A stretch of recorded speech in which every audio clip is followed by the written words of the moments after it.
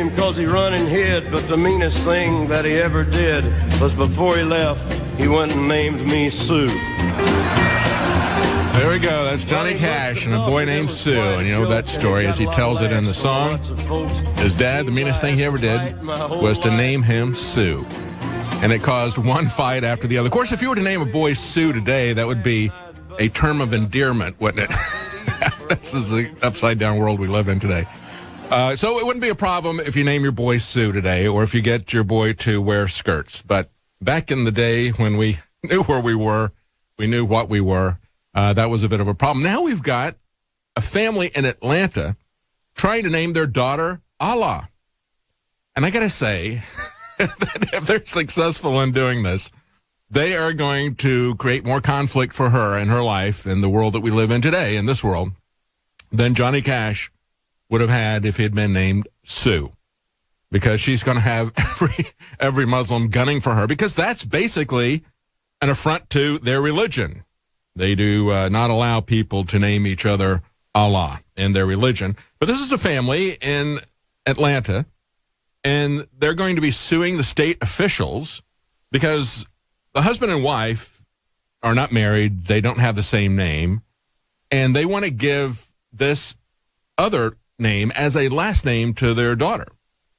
So they said that state law says that you've got to use as a surname, as a last name, you have to use one parent or the other or a combination of those two names. That's the state law. But they don't want to do that. And, of course, they've had some very eccentric names that they came up with before they got to the surname. The first name was Zalika, Graceful, Lorena, Allah is what they want to call her. And the state says, okay, you can use all those other names, whatever, Moon Unit, Zappa, but you can't use Allah because it has to be the mother's name or the father's name or a combination of those two names. And as I just pointed out, as a practical matter, why would you want to do that to your child? But we now see that the ACLU is going to go to bat for them and is going to get involved in these kind of sensational minutiae that the ACLU always does. The issues that we have with dragnet surveillance, with the shredding of the Constitution, all that stuff just sails over the ACLU. But whenever they find something that's sensational or something that panders to the radical left, you can bet that they'll be there in court, especially if they can make money suing Christians or suing jurisdictions because they say that you're exercising Christianity. No, we can't have that. The ACLU will always be there to fund themselves. So now they're going to get into this as they ignore the big issues and swallow the camels and strain at the gnats. We also see another interesting story here out of Winchester, Virginia. We have Virginia police arrest a guy and show this picture of this guy. He did a pretty good job of makeup in terms of turning himself into the Joker that Heath Ledger did here. Virginia police arrest a sword-wielding man who is dressed as the Joker. This was on the Drudge Report. They charged him with wearing a mask in public. That is a felony under state law. And so when I looked at that, I thought, a mask? Really? It's makeup. Okay, it's not truly a mask.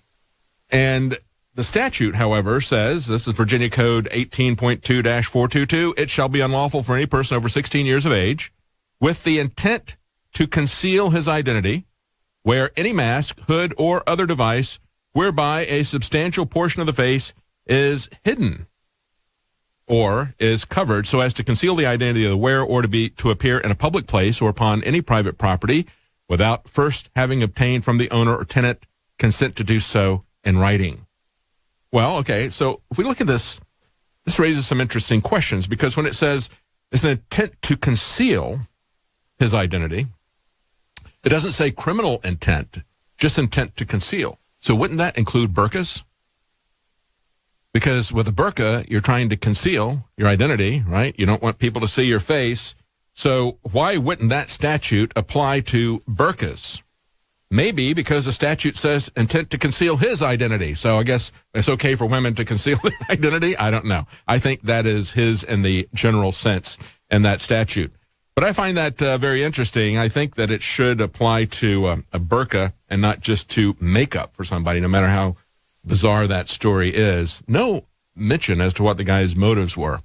Also, as we're looking at some other lighter news here, I'll kind of touches back again on the healthcare issue, we have a Republican Senator, Pat Roberts, who is now getting a lot of criticism because he's kind of sarcastically joked when talking about essential health benefits that he wouldn't want to lose his mammograms. He probably doesn't want to lose his maternity coverage either as a 60-plus-year-old male because the government is holding a gun to his head, forcing him to buy that, saying that that is essential health benefits. And then Congressman Judy Chu from California got on Twitter and was triggered by this and said, cancer is no joke.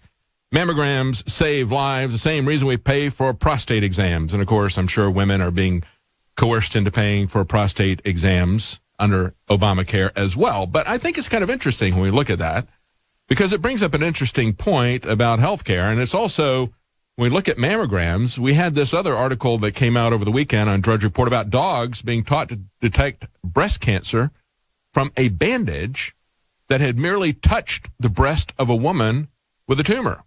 So these dogs, you just put this clothing on a woman who has cancer, and they can detect it with 100% reliability. Let me repeat that. 100% reliability. That is far better than the mammograms that have both a far less than 100% accuracy, generate both false positives and false negatives in terms of mammograms. And the dogs don't give you cancer like radiation can do if you have too many mammograms. So there's been a disagreement in the medical community as to not only the efficacy of the mammograms, but also the safety of the mammograms. But of course, when you have this kind of insurance coverage, everybody's getting them because, hey, it's free, and the hospitals say, we want you to have this done because it's another way that they can make money. See, that's part of the problem with health insurance, folks. Remember, it was a couple of years ago that the LA Times, I referred to this before, they ran an article, and they looked at the cost that people who were cash patients versus the cost of people who had health insurance. But they went to the same hospitals, had the same kind of procedures, and they paid their deductible. And guess what? The cash patients paid less. Now, one of the reasons for that is because they negotiated with the hospitals. But the other part of it is that they're not paying for a lot of unnecessary testing, which they will load up on you. And I got to say that not only mammograms, but it had life-altering consequences for my mother when she had a diagnostic procedure that caused her to have a stroke. It was a heart catheterization. And she didn't feel that it was necessary. And it wasn't necessary at the time. And the doctor even admitted that privately to us because we did not get into a situation where we sued him. She was advanced in age at the time. But she had that stroke while they were doing the procedure to her, blocked off the arterial flow, caused her to have a stroke. But the bottom line, folks, is that tests have consequences. Heart catheterizations have consequences. Mammograms have consequences. They're not only expensive, but you ought to think about whether you really need those things. And they don't push them on you to that extent if you are a cash patient. And I say I'm a cash patient. I'm a member of Samaritan Ministries. And, of course, there's a lot of these. There's Christian Care Medi-Share. There's Liberty, where you don't have to be a Christian.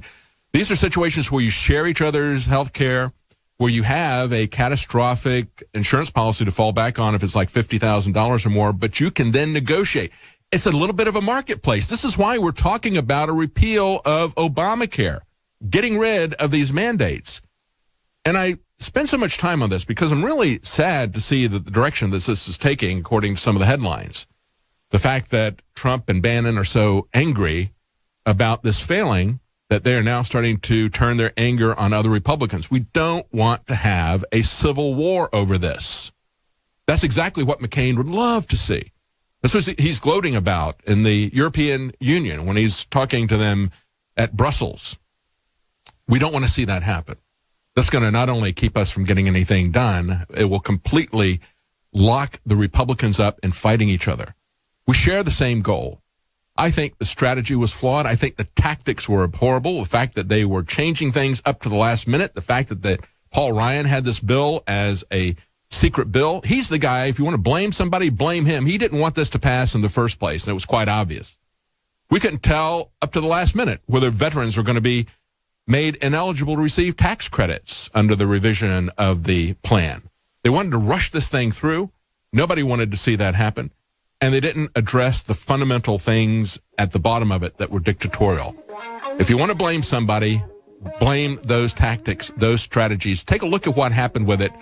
Talk to the other side. Come back. You can pass this without the Democrats. The Democrats can't block it, but you can block it if you go into a civil war with other Republicans. Stay with us when we come right back. We're going to talk about North Dakota and the Second Amendment. We're also going to have Alex Jones talking to us at 6 after. He's going to give an exclusive response to the firestorm concerning his Pizzagate statement. Why is the fungus? Why is the mold? Why is the yeast taking over? What is going on? What has changed? Dr. Group, the new product, Myco ZX, supports normal fungal and yeast balance, proprietary blend of herbs and enzymes made with high-quality ingredients. Yeah, fungus is a growing epidemic, and I've been testing this formula and making changes to this formula for over 10 years. It's available at InfoWarsStore.com. We also have free shipping, orders $50 or more, and 10% off when you sign up for auto ship. Additionally, on top of that, please, we only have a limited supply of this. I want to get your reviews. I want to hear what you have to say. For me, it's been incredible. Myco ZX, antifungal, antifungus, anti-yeast. Get it today. Limited run. It'll be months till we get more. InfoWarsStore.com, InfoWarsLife.com, or 888-253-3139. I cannot sell something unless it helps somebody. And you can't support an organization that isn't fighting hard. Look at the response we're getting. The way we're changing the world together. You are the InfoWar. God bless you all.